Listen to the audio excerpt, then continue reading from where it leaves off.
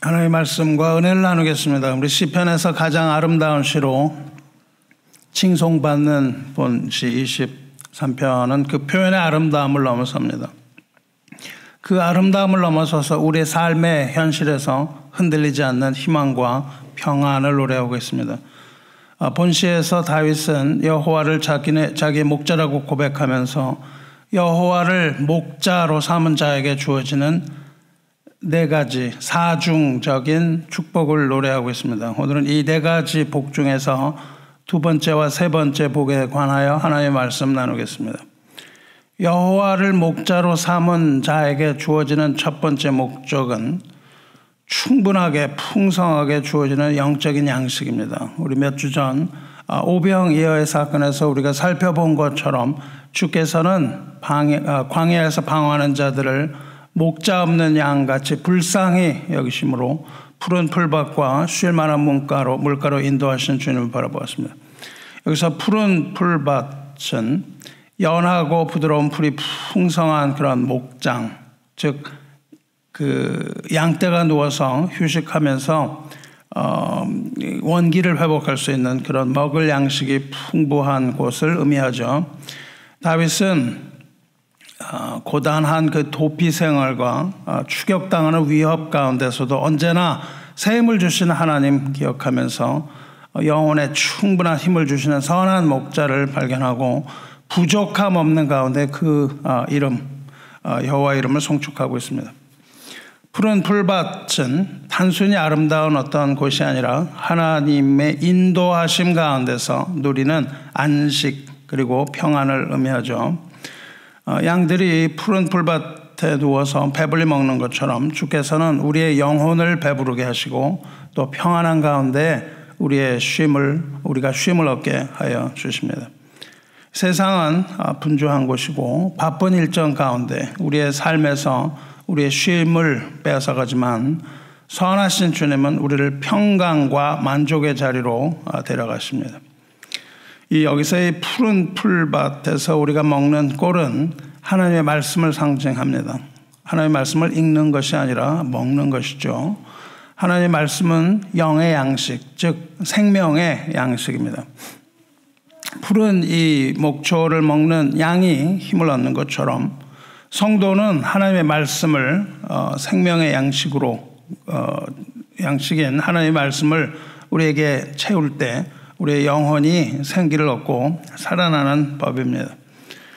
오늘날과 같이 이 황량하고 척박한 이 광야에서 살아가는 현대인의 마음은 늘 바쁘고 시끄럽습니다. 늘 경쟁해야 되고 다른 사람과 비교당해야 하고 염려와 두려움으로 가득한 그런 삶을 살죠. 그러나 주님께서는 그러한 우리를 푸른 풀밭으로 인도하십니다. 지치는 이러한 삶에서 우리가 생기를 얻기 위해서는 무엇보다도 먼저 하나님의 말씀 앞에 앉는 그런 조용하고 은밀한 시간 여러분 가지시기 바랍니다. 하나님의 보좌 앞에 조용히 나가서 기도로 우리의 영혼을 적시는 그런 시간 마련하시기 바랍니다. 일에 시달려서 피곤해지면 질수록 걱정과 근심 가운데 불안해지면 질수록 선한 목자이신 주님의 품 안으로 들어가시기를 바랍니다. 바쁘다는 이유로 혹은 여유가 없다는 그런 핑계로 주님이 초대하시는 그 영혼의 불밭을 외면하지 마시기 바랍니다. 첫 번째 복은 푸른 풀밭에 누이시는 그런 복입니다. 그리고 두 번째로 다윗이 발견한 이 두 번째 축복은 영혼이 회복되는 거예요. 영혼의 회복입니다. 목자가 양떼를 쉴 만한 물가로 인도하여 휴식하면서 물을 마시게 합니다. 여기서 쉴 만한이라는 그 단어, 거기에 해당하는 히브리어는 도도히 흐르는 물과 대조되는 의미입니다. 도도히 흐르는 그런 물과 비교해서 잔잔하고 고요하게 흐르는 물을 의미합니다. 목자가 우리를 급류가 흐르는 물로 인도한다면 우리는 쉽게 물을 마실 수가 없습니다. 위험한 것이죠. 이 쉴만한 물이라는 것은 안식과 평강을 의미합니다. 그리고 참된 안식은 오직 그리스도 안에서만 성취되는 법입니다. 그래서 이 구약의 모든 예언은 메시아이신 그리스도를 나타내고 가리키고 있는 것이죠. 구약의 예언자였던 이사야는 그 모든 이사야서 66권을 통하여 그리스도를 나타내는데 그 중에서 8장을 보면 임마누엘, 우리와 함께하는 하나님을 예언하는 대목이 있습니다. 그때에 이사야 선지자는 이스라엘 백성이 실로아를 버렸다고 책망합니다. 에사서 8장 6절 말씀입니다. 이 백성이 천천히 흐르는 실로아 물을 버리고 르신과 르말리아의 아들을 기뻐하느니라. 그러므로 주 내가 흉용하고 창일한 큰 하수 곧 아수르 왕과 그의 모든 위력으로 그들을 들이덮을 것이라. 그 모든 골짜기에서 차고 모든 언덕에 넘쳐 흘러 유다에 들어와서 가득하여 목에까지 미치리라. 임마누엘이여 그가 펴는 날개가 내 땅에 가득하리라 하셨느니라. 이렇게 되어 있습니다. 여기서 말하는 실로아는 예루살렘 성 안에 흐르는 조그맣고 천천히 흐르는 물줄기입니다. 기혼성이라는 곳에서부터 시작해서 실로암 연못으로 들어가는 수로입니다. 아주 작은 수로예요. 거기에 흐르는 물은 천천히 흐르는 물입니다. 이것은 조용하고 은밀하게 흐르지만 이것이 신실하신 하나님의 보호하심과 인도하심을 의미하고 있는 거예요. 이사야 당시 남유다 백성은 북이스라엘과 아람의 연합군과 대치하고 있었어요. 강력한 세력이었습니다. 그래서 그 상황은 풍전등화와 같은 그러한 상황이었는데 유다 백성은 그 강대국인 아수르를 의지하려고 했습니다. 여기서 아수르는 흉용하고 창일한 큰 하수, 큰 강물, 그러니까 아주 빨리 흐르는, 급격하게 물살이 흐르는 그 강으로 비유되고 있는데 이것은 거침없고 강력한 세상의 힘을 의미합니다. 그러니까 유다 백성은 강력한 세상의 힘을 의지하려고 했다는 거예요. 그렇게 하기 위하여 천천히 흐르는 실로아 물을 버렸다. 그렇게 하는 책망하십니다. 그 천천히 흐르는 물이 하나님의 인도하심과 보호하심인데 이들은 하나님의 인도하심과 보호하심을 버리고 세상을 의지했습니다. 하나님의 인도하심과 보호하심은 우리가 아는 바 언제나 조용하고 은밀합니다. 하나님의 도우심은 은밀하고 조용하지 결코 시끄럽거나 요란하지 않습니다. 엘리야는 선지자 엘리야가 아합과 전투했죠. 갈멜산이라는 곳에서 전투했는데 그 전투 후에 엘리야가 아주 낙심하죠. 이 낙심한 엘리야가 로뎀나무 아래에 앉았다가 하나님의 산 호렙에서 하나님을 만나는 장면이 나오는데 그때도 그랬습니다. 엘리야가 하나님 앞에 섰을 때 하나님께서 그 엘리야의 앞을 지나가세요. 그때에 크고 강한 바람이 산을 가르고 바위를 부셨습니다. 그렇지만 하나님은 그 바람 가운데 계시지 않았습니다.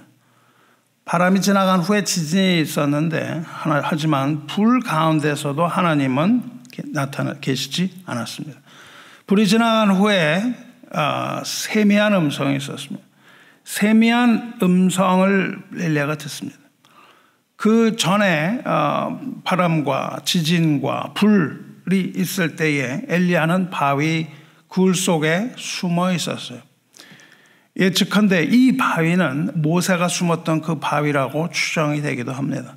그 바위 속에 숨어 있어요. 왜냐하면 거기에 하나님이 계시지 않았기 때문입니다. 그런데 이 세미한 음성이 들릴 때에 엘리야가 얼굴을 가립니다. 왜냐하면 하나님 앞에 나아가기 위해서요. 하나님 앞에 나아가기 위하여 얼굴을 가리고 나아가서 굴 어귀에 섭니다. 그때에 하나님께서 임하십니다.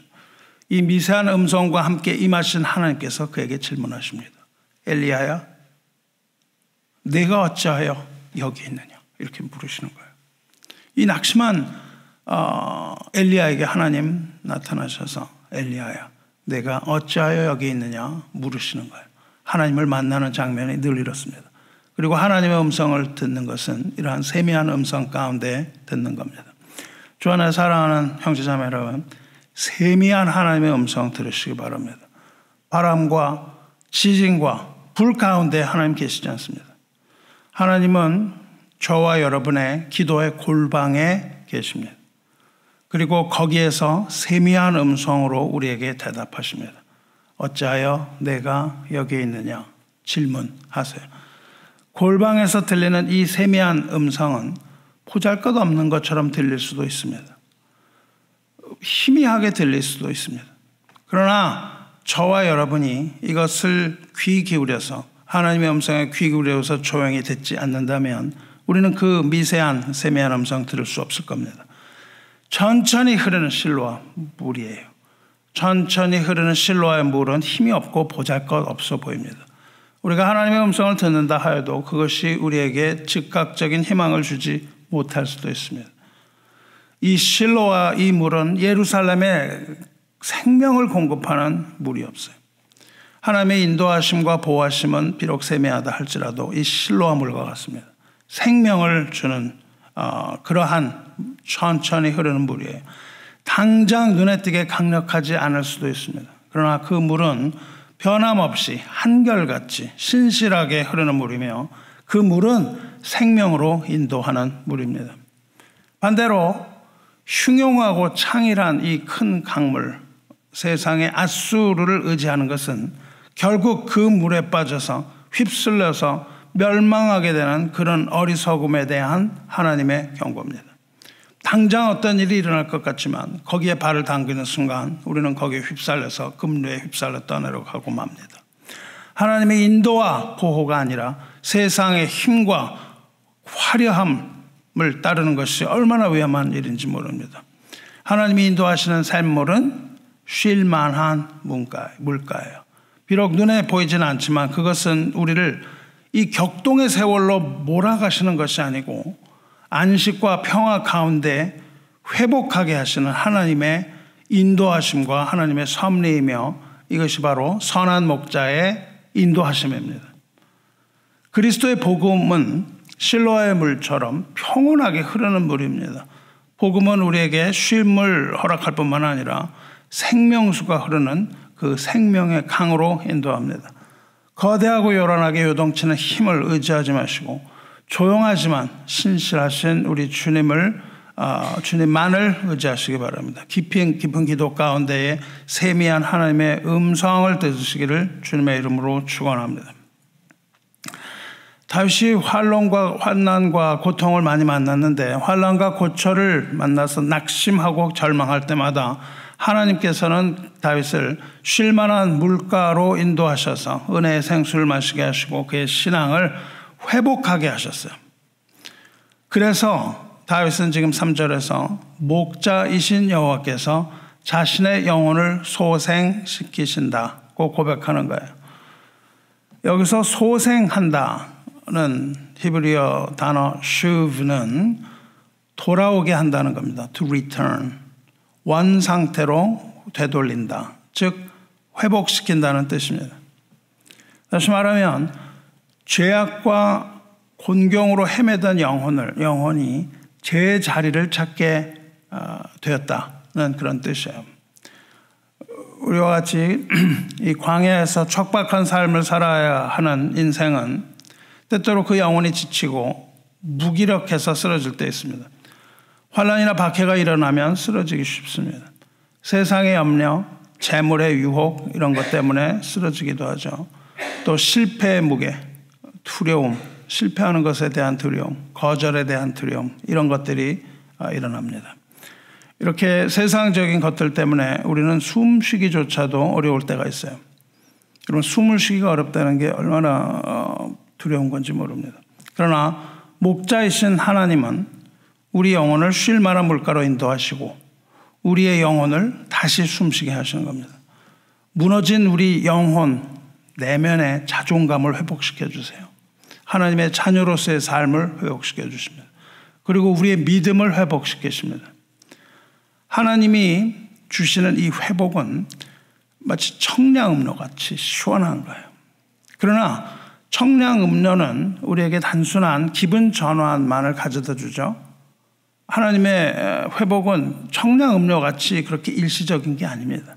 하나님이 일으키시는 회복은 어떤 기분이나 감정 이런 것들을 좀 좋게 하는 그런 임시적인 것이 아니라 생명을 불어넣으시는 근본적인 변화예요. 하나님이 되돌리시는 것은 근본적으로 되돌리시는 겁니다. 오늘 우리가 함께 읽었던 요한복음 10장에서 예수께서는 자신을 가리켜서 선한 목자라고 말씀하십니다. 그리고 예수님께서 이 땅에 오신 목적을 얘기하시는데 그것은 바로 양으로 생명을 얻고 더 풍성히 얻게 하기 위함이라 그렇게 말씀하셨어요. 생명을 얻을 뿐만 아니라 더 풍성히 생명을 얻게 하기 위하여. 예수께서 바로 우리의 선한 목자십니다. 요한복음 10장 전체가 이것을 증언하고 있습니다.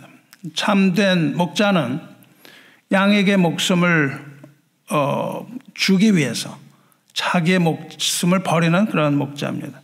그렇게 양의 영혼을 푸른 풀밭과 쉴만한 물가로 인도하는 목자이십니다. 다윗은 3절에서 우리가 본 것처럼 목자에 의해서 자기 영혼이 소생되었다는 것을 고백해요. 소생이라는 말은 되돌린다는 뜻. 이것은 회생, 즉 다시 살아나는 것을 말합니다. 영혼이 소생되었다는 것을 들을 때 우리는 그 영혼이 죽은 영혼이라는 것을 알 수 있어요. 다시 살아나는 거예요. 즉 죽었던 영혼, 잃어버린 생명을 다시 찾았다는 뜻입니다. 예수님께서 주시는 이 생명은 죄와 사망으로부터의 구원을 의미하죠. 즉 영원한 생명, 죄와 사망에서부터 일어나서 영원한 생명으로 들어가는, 영원한 생명으로 이어지는 그런 삶을 의미합니다. 그런데 예수님께서 우리에게 주시는 생명은 영원한 생명 이상의 것이에요. 영원한 생명 이상으로 풍성한 것이라고 말씀하고 계시는 겁니다. 그 풍성함이라는 것이 무엇입니까? 구원으로 그치는 것이 아니고 구원 후에 이어진, 우리가 믿음으로 구원 얻잖아요. 믿음으로 얻는 그 구원 후에 이어지는 영적인 평안, 그리고 안식, 그리고 부족함 없는 만족, 이런 것들을 의미합니다. 인간이 지었던 죄는 결핍 때문에 생긴 것이었기 때문에 그 죄를 해결하는 방법은 만족이에요. 그래서 여호와께서 우리의 영혼을 소생시킬 때 우리가 얻는 것이 만족입니다. 상황의 어떠한 상황에도 흔들리지 않는 만족, 다시는 부족함을 느끼지 못하는 그 만족, 그것이 바로 죄의 문제를 해결하는 본질적인 것이에요. 우리에게 부족함이 있는 한 우리는 죄로부터 자유롭지 못합니다. 그러나 우리가 만족을 할 때는 그 죄를 이기고 승리하는 겁니다. 그렇게 우리에게 풍성하게 주심으로 우리는 더 이상 부족함이 없다는 거예요. 이 풍성함에 대해서 오해하지 마시기 바라요. 이 풍성함이라는 것은 세상이 말하는 부와 명예와 권력과 이런 것들이 아닙니다. 주님이 주시는 이 생명의 풍성함은 믿음으로 구원받고 천국에서 영원한 생명을 소유한 자가 선한 목자이신 그리스도 안에서 누리는 축복을 말합니다. 그리스도 안에 있는 자는 고난 가운데에서도 기쁨을 잃지 않고 풍성한 기쁨을 선물로 받는 거예요. 어떤 환경 속에서도 흔들리지 않는 하늘의 평안을 구할 수 있는 자격이 주어집니다. 그리고 또 믿음 안에서 풍성하게 평안을 누릴 수가 있게 되는 거예요. 그리스도 안에 있는 하나님의 자녀는 목자이신 주님과 동행하는 삶을 경험하는 겁니다. 하나님과 동행함을 우리가 확신할 때 우리는 우리의 삶 가운데 부족함 없는 만족을 얻을 수가 있는 거예요. 그 근원은 하나님과의 동행에 있습니다. 이 모든 것이 그리스도 안에서 주어지는 참된 기쁨과 평안과 만족입니다. 우리는 이것들을 포기할 수가 없는 거예요. 이것들을 포기할 수가 없고 또 포기해서도 안 됩니다.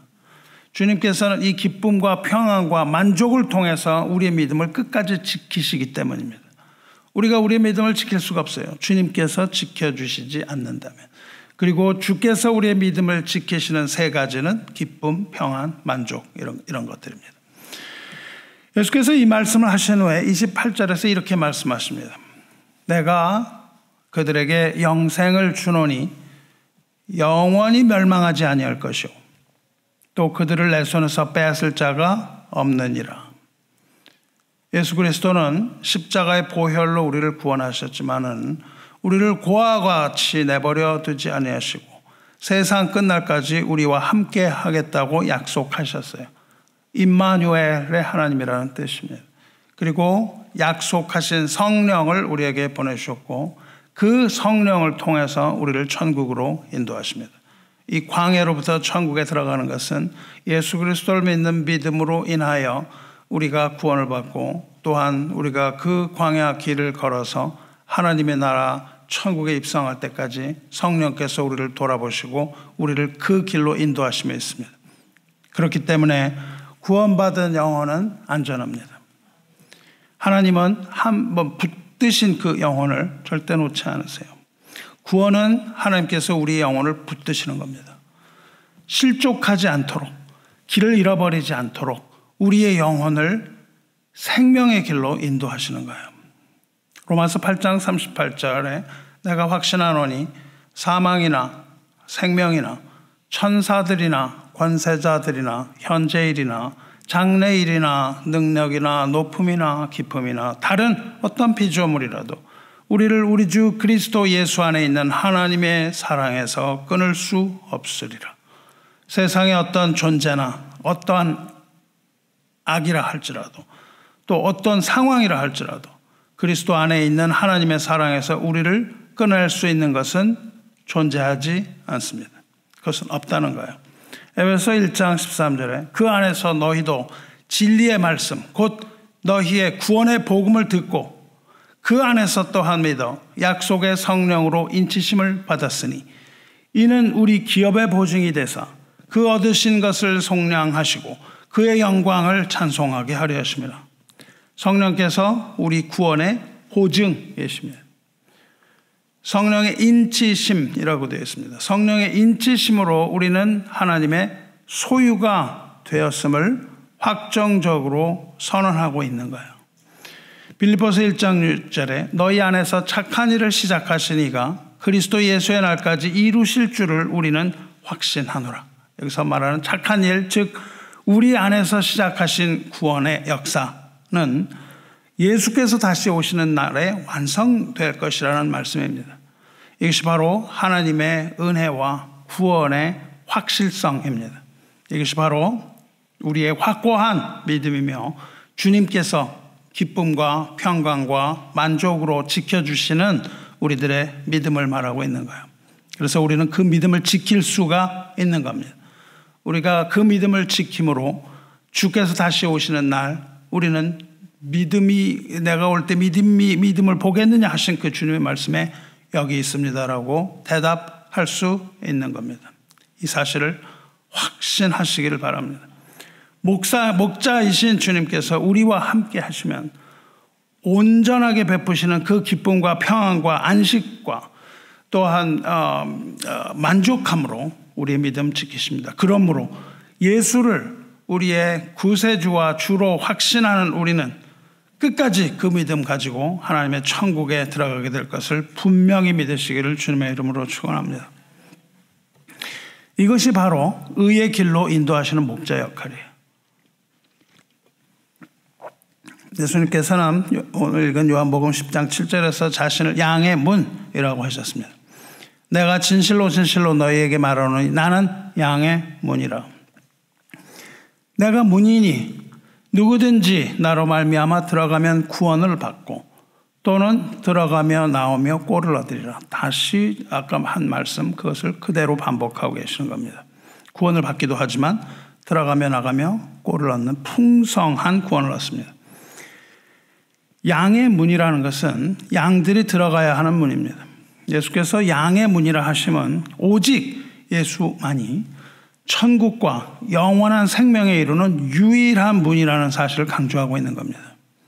그러나 그 문은 좁은 문이라고 하셨어요. 마태복음 7장 13절에 좁은 문으로 들어가라. 멸망으로 인도하는 문은 크고 그 길이 넓어 그리로 들어가는 자가 많고 생명으로 인도하는 문은 좁고 길이 협착하여 찾는 자가 적음이라 말씀하셨습니다. 양의 문이신 예수의 문은 좁은 문입니다. 하지만 그 문은 생명으로 인도하는 문입니다. 그리고 그 문으로 가는 길은 좁은 길입니다. 그 길은 좁고 협착하기 때문에 찾는 자가 적은 문입니다. 오늘날 예수님을 찾는 자가 극히 적은 이유죠. 그리고 그 길은 좁은 길일 뿐만 아니라 고난의 길이며 그 길은 걷기에도 힘겨운 길입니다. 하지만 그 길은 생명으로 가는 길이에요. 생명으로 우리를 인도하는 의의 길입니다. 그 길이 바로 진리의 길입니다. 이것이 바로 다윗이 말한 바 의의 길로 인도하시는 도다의 진정한 의미입니다. 의의 길은 진리의 길이며 의의 길은 의의 문으로 통하는 길이에요.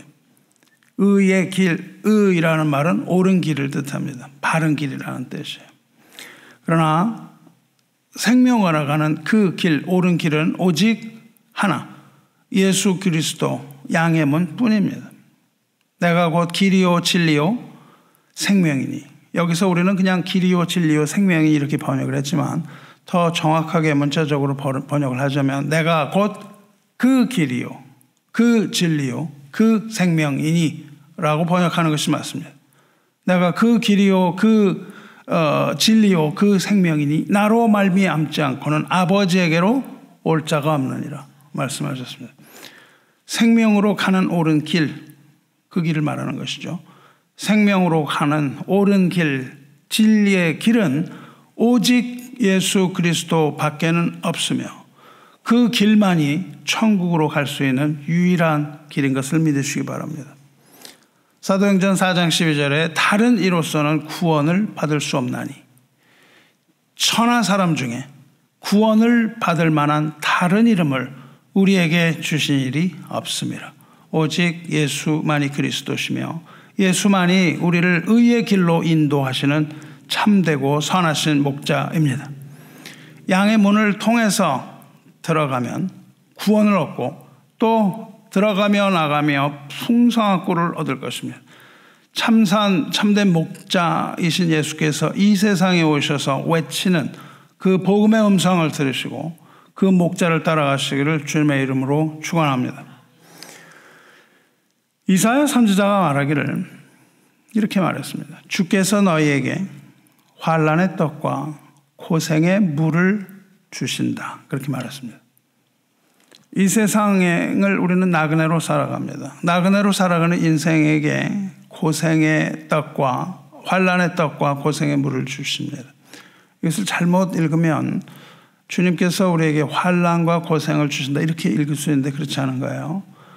환난의 떡과 고생의 물을 주십니다. 이 세상에 우리가 살아가는 동안에 환난이 그치지 않고 고생이 아주 심하다는 것을 알려주고 있습니다. 하지만 고생의 날에 하나님께서 주시는 것은 환난과 고생의 날에 하나님께서 주시는 것은 떡과 물이에요. 떡과 물을 주십니다. 푸른 풀밭과 쉴 만한 물가로 인도하신다는 겁니다. 이사야 선지자가 이렇게 말합니다. 우리는 다 양 같아서 그릇 행하여 각기 제 길로 갔거늘 여호와께서는 우리 모두의 죄악을 그에게 담당시키셨도다. 양은 어리석어서 자기가 갈 길을 알지 못합니다. 그래서 가고 싶은 길을 가는 거예요. 각각 자기 소견에 옳은 대로 가는 것. 사사기의 마지막 절에 있는 그 말씀이 생각나게 하는 거죠. 우리는 하고 싶은 걸 계속 하는 거예요. 이번 선교여행에서 제가 처음에 질문했어요. 자유란 무엇이냐? 이 중국에서 넘어온 지하교회 지도자들 말씀이 굉장히 갈급합니다. 자유란 무엇이냐? 그랬더니 하고자 하는 것을 하는 겁니다. 이렇게 대답했어요. 그래서 일주일 동안에 강의 후에 다시 물어봤습니다. 자유란 무엇이냐? 결론은 자유는 그리스도 안에 있는 겁니다. 그리스도 안에 있는 자가 자유로운 자예요. 우리는 가고 싶은 길 이렇게 가는 것을 자유라고 생각하는데 절대 그렇지 않은 겁니다. 그래서 이 양들은 다 각각 자기 가고 싶은 길을 이렇게 갑니다. 하지만 양들인 우리가 바로 양이죠. 양들인 우리가 오른쪽으로 치우치든지 왼쪽으로 치우치든지 이렇게 길을 찾지 못하고 방황할 때에 우리 뒤에서 목소리가 들려요. 우리 뒤에서 목소리가 들리기를 이것이 바른 길이니 너희는 이리로 가라. 그렇게 인도하는 목소리가 들린다는 겁니다. 뒤에서 들리는, 우리 귀에 들리는 그 음성, 그것이 바로 성령의 음성이에요. 우리가 잘못된 길을 갈 수가 없습니다. 잘못된 길을 가긴 가요. 하지만 그것이 교정함을 받는 겁니다. 끊임없이 교정함을 받아요. 그래서 우리는 성령의 음성을, 길을 잃고 헤매는 우리는 성령께서 우리에게 바른 길로 인도해 주시기 때문에 우리는 그 길을 갈 수 있어요. 거기를 직접 일자선으로 가지 못한다 할지라도 하나님께서는 우리에게 그 선택의 자유를 주시기도 했지만 또한 교정하는 그런 은혜를 베푸시는 겁니다. 여기서 바른 길이라고 하는 그 길, 성령께서 말씀하시는 바른 그 길이 바로 옳은 길, 즉 의의 길입니다. 그것이 바로 생명으로 가는 길, 양의 문, 또 생명의 문으로 가는 바로 그 길입니다.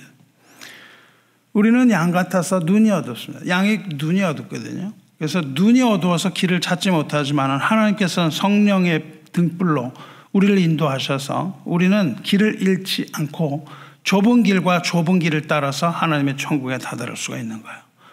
하나님께서 우리를 인도하시기 때문에 그 길을 갈 수가 있는 겁니다. 우리가 이렇게 달려갈 길 다 마치고 믿음을 지키고 천국 문을 통과하게 되는 겁니다. 그렇게 되면 거기에서 우리는 주님을 만나는 거예요. 하나님의 보좌 오른편에 주님이 앉아 계세요. 이 세상을 통치하시는 주님입니다. 그 주님께서 일어나셔서 우리를 맞이해 주실 겁니다. 이러한 믿음으로 두려움과 떨림 가운데 확신을 가지고 구원을 이루시기를 주님의 이름으로 축원합니다. 양은 각기 제 갈 길로 가는데 가고 싶은 곳으로 간 양은 길을 잃어버리죠. 그렇지만 선한 목자는 그 잃어버린 양을 내버려 두지 않고 찾으십니다. 길 잃은 양은 죄 가운데서 죽음을 맞이할 것 같지만 목자가 그 양을 찾기 때문에 그 양의 영혼이 살아나는 거예요. 그 양의 영혼이 소생되는 겁니다. 목자가 양을 찾은 후에 소생, 즉 잘못된 길에서 돌이켜서 안전하고 옳은 곳으로 인도하는 것처럼 선한 목자이신 우리 주님은 우리를 멸망으로 끌고 가는 그 죄와 유혹의 길에서부터 우리를 돌이키게 하시는 거예요. 돌이켜서 의롭고 올바른 길, 하나님이 기뻐하시는 그 생명으로 가는 길로 우리를 인도하시는 겁니다. 그러므로 우리는 인도하심을 받아서 의의 길을 갈 수가 있는 겁니다. 사랑하는 성도 여러분, 다시 한번 말하지만 의의 길, 이 옳은 길은 좁고 험난한 길입니다. 예수를 따라가는 것이 결코 쉽지 않아요. 이제 이 현대 세상을 보면 의의 길을 걷는 사람이 하나도 없는 것처럼 보입니다. 의의 길을 걷는 사람이 너무 없어서 이제는 그 길이 다 지워져서 어디에 그 길이 있는지를 알기도 힘든 것 같아요. 광야를 걸어가는데 의의 길이 바로 저 앞에 보였었는데 모래바람이 한번 일어나는 날이면 모래가 그 길을 뒤엎기 때문에 세상에 있는 수많은 그 거짓된 길 가운데 어느 것이 참된 의의 길인지 알 수도 없어 보입니다. 그래서 세상의 어떤 사람도 자기 힘으로 그 길을 찾을 수가 없는 거예요. 인도하시는 목자의 손길이 없다면, 우리가 인도하시는 목자의 손길을 목자를 따라가지 않는다면 우리는 의의 길로부터 멀어지고 마침내 멸망의 길 앞에서 서성대고 있는 자신을 발견할 수도 있습니다. 그러나 목자는 그렇게 내버려 두지 않으신다는 거예요. 하나님이 우리를 의의 길로 인도하십니다. 그러나 그 길에서 만일 끊임없이 우리를 그 의의 길에서 지켜주시지 않는다면 우리가 가는 이 길이 죄의 길이 될 수도 있는 겁니다. 우리 마음대로 가면 그렇게 될 수 있는 거예요. 늘 주님과 동행하고 주님의 손을 절대 놓지 마시기 바랍니다. 주님께 기도하시기 바라요. 하나님 아버지, 하나님 기뻐하시는 대로 구원의 은혜를 우리에게 베푸시고 그 은혜로 우리를 의의 길로 인도하여 주옵소서. 우리가 악의 길에서 넘어지지 않도록 의로운 손으로 우리를 붙드시고 실족하지 않도록 붙들어 주시옵소서. 우리의 손을 놓지 마시고 주께서 기뻐하시는 그 의의 길로 우리를 인도하여 주시옵소서. 선한 목자이신 우리 주 예수 그리스도의 이름으로 기도합니다. 아멘. 이렇게 기도하시기 바라요. 사랑하는 성도 여러분, 3절에 내 영혼을 소생시키고 자기 이름을 위하여 의의 길로 인도하시는도다. 목자가 양을 의의 길로 인도하시는 이유가 나옵니다. 그 이유는 목자 자신의 이름을 위해서입니다. 이 모든 일을 이루시는 것은 우리의 어떤 공로나 자격 때문이 아니라는 거예요. 사실 양은 의의 길을 갈 만한 능력도 없고 자격도 없습니다. 목자는 목자 자신의 신실하심과 약속을 따라서 양을 돌보고 있는 겁니다. 목자가 양을 끝까지 돌보는 이유는 양의 능력이나 자격 때문이 아니라 목자의 이름 때문이에요. 하나님 자신의 이름을 걸고 우리를 구원하시는 겁니다. 세상에 어떤 이름보다도 귀한 주님께서 천하고 천한 이 비천한 인간을 구원하기 위하여 비천하게 되셨고 잃어버린 양을 찾아서 낮고 낮은 이 땅에 오셨습니다. 주님의 이름을 걸고 이 땅에 오신 겁니다. 주님은 자신의 이름을 걸고 우리를 구원하셨고 그 이름을 우리에게 두셨어요. 이름을 우리에게 쓰셨습니다. 교회는 하나님의 이름을 둔 곳입니다. 교회는 하나님의 아들과 예수 그리스도의 이름을 두신 곳이에요. 그렇기 때문에 교회는 넘어지지 않습니다. 제자들은 모조리 주님을 배신했지만 주님께서는 그들을 버리지 않으셨어요. 그들이 배신했다고 해서 버리지 않으셨습니다. 역사적으로 볼 때 교회가 주님을 배신하지 않은 적이 없습니다. 거의 모두 대부분 다 배신을 했어요. 배신하고 또 배신하고 또 배신했습니다. 우리도 마찬가지입니다. 날마다 주님을 배신해요. 그러나 그럼에도 불구하고 주께서는 교회를 버리지 아니하시고 영원히 우리를 사랑하시는 거예요. 선하신 목자의 모습입니다. 교회가 또 우리가 주님을 위해서 무엇을 해드렸기 때문에 뭐 어떤 일을 했기 때문에 뭘 잘했기 때문에 우리를 사랑하시는 것이 아닙니다. 교회는 하나님을 사랑하고 형제를 사랑하라고 성령 안에서 인도함을 받는 주님의 공동체예요. 그러나 교회는 연약합니다. 그래서 교회는 연약하고 쓰러집니다. 비록 우리가 연약하기 때문에 쓰러진다 할지라도 주님께서는 우리를 여전히 사랑하고 계시는 것이에요. 그리고 눈동자와 같이 보호하시는 겁니다. 사랑하는 성도 여러분, 주님이 어떤 이름을 가지셨나요? 어떤 이름을 위하여 그렇게 의의 길로 인도하실까요? 우리 주님은 선한 목자라는 이름을 가지셨습니다. 그리고 우리 주님은 또 양의 문이라는 이름을 가지셨어요. 선한 목자는 해야 할 일, 즉 양을 위해서 해야 할 일을 한 겁니다. 즉 양을 위해서 목숨을 버리신 겁니다. 그리고 그 목숨, 그 보혈을 통해서 한 영혼 한 영혼을 구원하셨고 그들을 의의 길로 인도하셔서 아버지께로 데리고 가시는 것입니다. 그것이 바로 아버지의 뜻이에요. 세상을 사랑하신 하나님께서 이렇게 독생자를 보내셔 그를 믿는 자마다 멸망치 않고 구원을 얻게 하신 겁니다. 선한 목자가 하는 일이 선한 겁니다. 선한 목자가 어떤 선한 일을 해야 되는 게 아니에요. 선하기 때문에 선한 목자가 하는 일이 선한 겁니다. 세상에서 선하신 분은 오직 하나님 한 분밖에 없는 거예요. 그러므로 선한 목자는 오직 아버지께서 보내신 하나님의 아들 한 분밖에 없는 겁니다. 예수 그리스도 한 분밖에는 선한 목자가 없는 거예요. 그것이 선하다는 의미입니다. 선한 것은 하나님 뿐이시며 하나님의 아들 독생자 예수 그리스도께서 많이 선한 목자의 자격을 갖추신 분이에요. 양들이 근데 그 선한 목자가 돌보시는 양들이 악한 양들입니다. 양들이 악하다고 해서 그들을 돌보는 목자가 악한 목자가 될 수는 없는 거예요. 악한 양을 돌보시는 분이 선한 목자이기 때문에 우리에게 소망이 있는 겁니다. 주님은 우리를 변함없이 사랑하시는 선한 목자이시며 자기 이름을 위하여 악한 양이라 할지라도 선을 베푸시는 목자입니다. 그러므로 선한 목자의 이름이 높임을 받는 겁니다.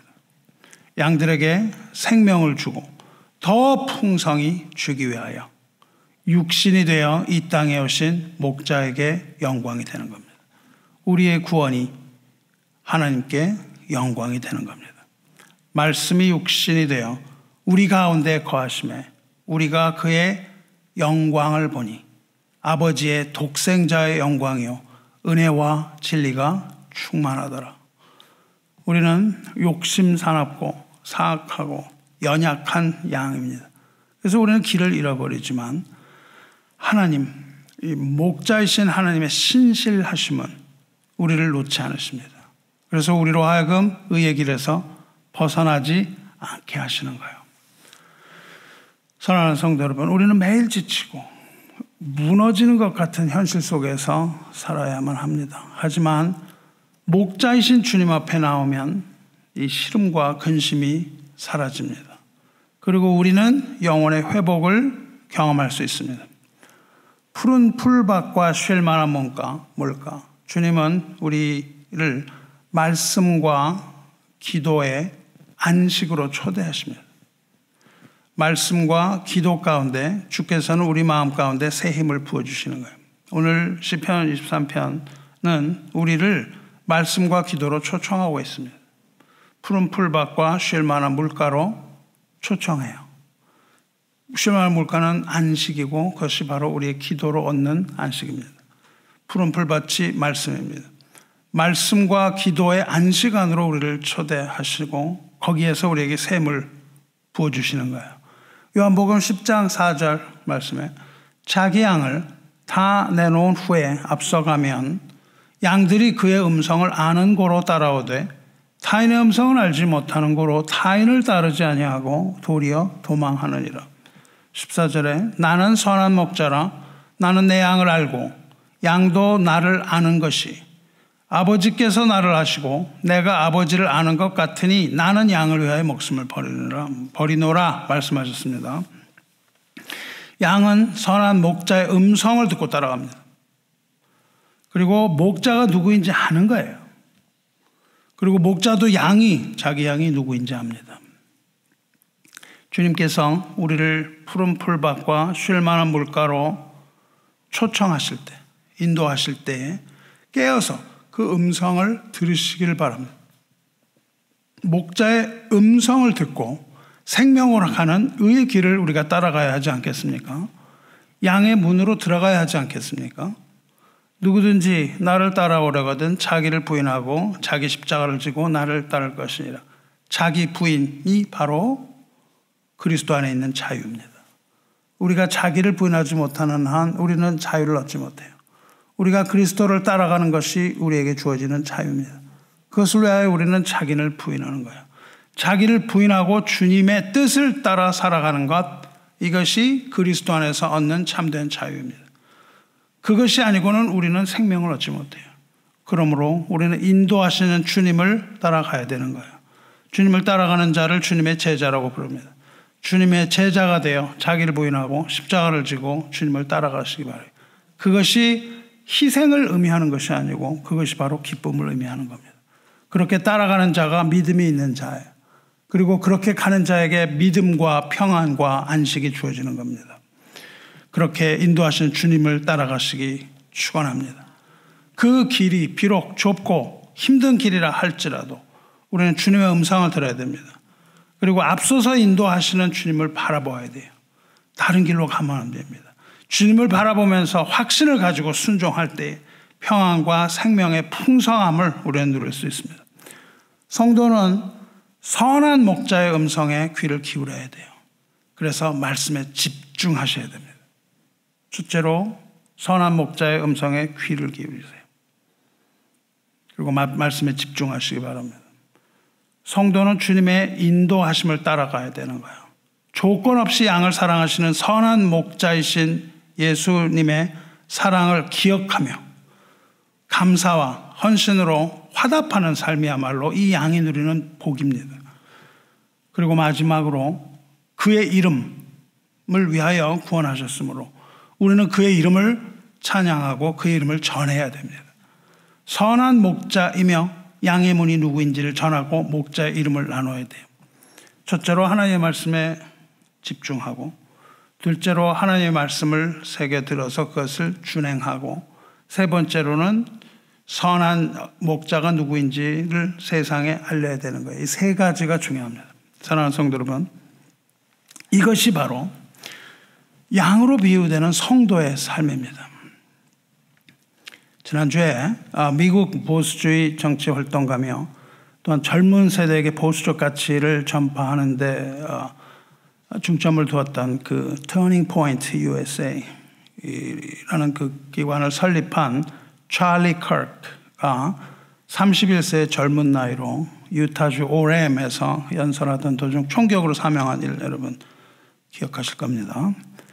찰리 커크, 젊은이에게 강한 영향력을 미쳤어요. 찰리가 정치적인 색깔보다는 그는 매우 강한 기독교 성향을 가지고 있었습니다. 그리고 모든 정치적이나 문화적 배경에서 깊은 기독교 신앙을 발견할 수 있습니다. 여러분 보시면 요새 유튜브에 그 영상들이 쏟아져 나옵니다. 그 전에 했던 이야기예요.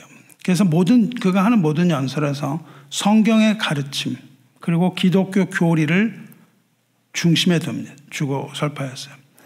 그리고 사회와 학교 그리고 나라에서 미국이 기독교 신앙으로 회복돼야 된다 이렇게 주장해요.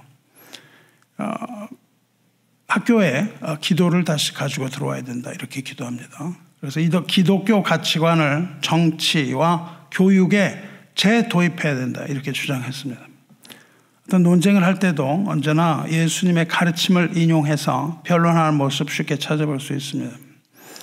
그는 젊은이들, 미국 젊은이들에게 강한 영향을 미친 인물이에요. 그런데 학력이 별 볼 일이 없습니다. 학력이 시카고 가시면 윌링 하이스쿨이라고 있어요. 윌링 하이스쿨 졸업하고 대학을 들어갔다 중퇴했어요. 그럼 어디서 교육을 받았을까요? 저는 그것이 바로 교회라고 생각을 합니다. 그는 보수주의, 보수복음주의 운동가예요. 누구에게 영향을 많이 받았냐면 얼마 전에 별세한 존 맥카더 목사 영향을 많이 받았습니다. 그래서 맥카더 목사를 가리켜서 영적인 명확성을 위한 영감의 원천 이렇게 어렵게 말을 했어요. 그러니까 자기가 받은 그 영감이 명확하게 복음을 이야기해 줬다는 거예요. 존 맥카더 목사가 본인에게 강한 영향력을 줬다는 것을 이야기하고 있습니다. 그렇게 팟캐스트에 가시면은 맥카더 목사가 나와요. 이야기를 막 하다가 맥카더 목사 나오고 이제 인터뷰하는 장면이 나옵니다. 무엇에 대한 주제냐면은 이 복음의 희망 그리고 젊은이들에 대한 문제 이런 것들에 대하여 이야기를 나누던 장면이 여러 나와 있습니다. 특히 맥카더 목사가 이 코로나 팬데믹 기간 동안에 교회를 다시 열어서 정부의 명령에 불복종했던 것을 강력하게 지지하고 있어요. 우리 교회도 코로나 팬데믹 때 열어서 예배를 드렸었죠. 그것을 강력히 지지하고 그 맥카더 목사의 영향을 많이 받았습니다. 맥카더 목사가 얼마 전 사망했을 때 그를 전설이라고 부르고 추모했어요. 그런데 이제 자신이 전설이 된 셈이죠. 그래서 트럼프가 전설이라고 이야기를 하기도 합니다. 근데 여러 가지 그 말씀에 대한 어떤 논쟁하는 장면이 많이 나오는데 아주 지혜롭게 하는 그런 장면들이 많이 나오고 있어요. 그런데 그 많은 영상 중에 18살 소년의 질문에 대답하는 영상이 하나 있습니다. 9월 2일에 집회를 했어요. 캘리포니아 피살리아라는 곳에서 집회를 했습니다. 9월 2일에 집회하고 9월 12일에 사망했으니까 8일 전에, 죽기 8일 전에 한 영상이에요. 그가 집회 후에 한국에 갔죠. 한국에 가서 그 메시지를 전하고 돌아온 후에 오렘에서 총에 맞아서 암살을 당합니다. 소년이 이렇게 질문을 해요. 소년이 자기가 2년 동안 그렇게 메시지들을 들었다고 얘기합니다. 그리고 1년 전쯤에 자기의 삶을 예수께 드렸다 이렇게 얘기를 해요. 내가 당신 이야기를 2년쯤 듣다가 1년 전에 내 자신을 하나님께 드렸습니다. 이렇게 말합니다. 그러니까는 이 말을 들은 커크가 Praise the Lord, 할렐루야 이렇게 하나님을 찬양합니다. 그리고 아주 놀랍다 그렇게 말하면서 그를 축복해요. 그러니까 이제 소년이 놀라운 질문을 던집니다. 14살 소년이 뭐라고 하냐면 내가 고등학교에 지금 들어갔는데 어떻게 하면 내가 실족하지 않고 당신처럼 다른 사람을 도울 수 있겠습니까? 이렇게 질문을 해요. 어떻게 하면 내가 실족하지 않겠는가? 그리고 어떻게 다른 사람을 도울 수 있을까? 이렇게 얘기하니까 커크가 망설이지 않고 분명하게 얘기합니다. 그렇게 하는 방법을 이야기해요.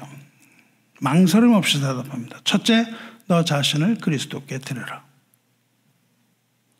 그러면 두려움이 너를 지배하는 것이 아니고 너는 용기 있는 영혼으로 살아간다. 이렇게 말합니다. 우리가 하나님께 드릴 때 우리에게 용기가 있는 거예요. 우리는 용기 있는 영혼이 되는 것이에요. 그리고 이렇게 말합니다. 내가 예수를 받아들였을 때 너에게 성령이 있다. 그렇게 말합니다. 이 방에 많은 사람들이 있는데 너는 이 방에 있는 많은 사람들이 겪지 않아도 되는 그러한 고난과 환난을 겪게 될지도 모른다. 그렇게 말해요. 그러니까 실족하지 않고 다른 사람을 돕기 위하여 고난과 환난 가운데 들어간다는 거야. 우리가 예수를 믿으면 어디로 갑니까? 고난으로 갑니다. 왜냐하면 좁은 길을 가기 때문입니다. 그런데 너는 지금 젊은 그리스도인으로서 아주 복된 도전을 하고 있는 거다. 이렇게 얘기를 해요. 그렇게 축복을 한 후에 3가지를 하라고 조언해 줍니다. 3가지를 하라고 조언해요. 첫째, read the Bible every day, every moment. 즉 매일매일 성경을 읽어라. 이렇게 조언해 줍니다. 그리고 두 번째로는 성경을 읽을 뿐만 아니라 성경이 하라고 하는 것들을 하라. 이것이 둘째다. 그렇게 말합니다. Do what the Bible says. 성경이 하라고 하는 것을 하라. 이것이 둘째다. 그리고 세 번째로는 성경이 말하고 있는 것을 사람들에게 전해라. 이 3가지다. 그것 말합니다. 이 3가지만 한다면 문제가 없을 것이다. God bless you. 그리고 소년을 축복해 줍니다. 사랑하는 성도 여러분, 이것이 얼마나 확실한 결론입니까? 매일 성경을 읽어라. 양은 매일매일 선한 목자의 음성을 들어야 되는 거예요. 그래야 양을 따라가 어디로 가는지를 알 수 있습니다. 여러분 매일매일 성경을 읽으시기 바라요. 둘째, 성경이 하라고 하는 것을 하라. 목자의 인도함을 받았다면 인도함을 받고 초청을 받은 것으로 부족합니다. 그 말씀에 순종하여 목자를 따라가야만 합니다. 행함이 없는 믿음은 죽은 믿음이기 때문입니다. 성경이 하라는 것을 준행하시기 바랍니다. 그것이 두 번째입니다. 세 번째, 성경이 말하고 있는 것을 사람들에게 전하라. 성경이 말하고 있는 것이 무엇이에요? 성경이 말하고 있는 것은 선한 문이요 선한 목자이신 예수 그리스도입니다. 주님은 자기의 이름을 위하여 양들을 의의 길로 인도하십니다. 선한 목자가 누구인지, 양의 문이 누구인지, 어떻게 하면 그리로 갈 수 있는 것인지 그의 이름을 사람들에게 전해야 됩니다. 그의 영광을 세상에 알려야 됩니다. 사랑하는 독생자를 이 세상에 보내신 하나님의 사랑, 그것을 세상에 널리 전하시기 바랍니다. 이 세 가지를 하는 성도의 삶은 견고한 삶입니다. 말씀을 매일 읽으시고 주님의 인도하신 주님의 음성을 들으시고 또 주님의 인도하심을 따라 행하시고 셋째로는 이 세상에 복음을 전하는 삶, 이것이 바로 우리에게 주시는 오늘의 메시지입니다. 이것이 바로 선한 목자가 이 땅에 오셔서 목숨을 버리신 이유입니다. 말씀을 맺겠습니다. 사랑하는 성도 여러분, 선한 목자이신 예수께서는 양들을 위하여 목숨을 버리셨습니다. 그 은혜로 우리는 참된 평안을 누립니다. 그러므로 우리는 날마다 주님의 인도하심을 신뢰하고 따라야 합니다. 도둑은 양을 지키는 것이 아니라 양을 해칩니다. 예수님이 아닌 다른 것에 마음을 두면서는 안 되는 겁니다. 다른 곳에 마음을 두지 말고 오직 선한 목자이신 주님을 따르시길 바랍니다. 우리 삶이 쉼을 얻을 것이며 안전함 가운데 안식과 영적인 만족을 얻게 될 겁니다. 우리를 위하여 목숨을 버리신 주님의 음성에 귀 기울이시고 신실하신 주님의 뜻에 따라 그 뜻에 순종하는 삶을 영위하시며 또한 주님의 인도하심을 신뢰하고 풍성한 생명과 사랑을 이웃에게 나누는 복음의 전도자로서 거룩한 양으로 살아가시기를 주님의 이름으로 축원합니다. 기도하겠습니다. 은혜와 사랑이 충만하신 하나님 아버지, 오늘 우리가 주님의 말씀 앞에 나와 함께 예배드리게 하시니 감사드립니다. 이 예배의 말씀을 통하여 주께서 우리의 선한 목자가 되시며 양의 문이심을 다시 한번 확인하였나이다. 우리의 영혼을 소생시키시고 푸른 풀밭과 쉴만한 물가로 인도하시는 주님의 사랑에 깊은 감사를 드립니다. 이제 우리가 각자의 삶의 현장으로 나아가면서도 임마누엘 주님의 평안과 보호하심이 우리 모두와 함께 하시기를 간구합니다. 선한 목자이신 예수 그리스도의 사랑과 희생을 본받아서 세상 속에서 주님의 음성에 귀 기울이며 서로 사랑하고 겸손히 섬기는 삶 살게 하여 주시옵소서. 우리 안에 성령의 능력이 충만하여 날마다 의의 길을 걷고 풍성한 생명 누리게 하시며 주님의 나라가 이 땅 가운데 확장되도록 쓰임받게 하여 주시옵소서. 모든 영광을 주님께 돌리며 감사드리오니 이제부터 영원까지 주님의 평강과 은혜와 우리와 함께 하시기를 원하고 또 원합니다. 주님의 말씀이 우리의 삶으로 열매 맺게 하시고 서로를 섬기며 사랑의 공동체 안에서 진정한 목자의 사명을 감당하는 교회 되게 하여 주시옵소서. 우리 주 예수 그리스도의 거룩하신 이름으로 기도드리옵나이다.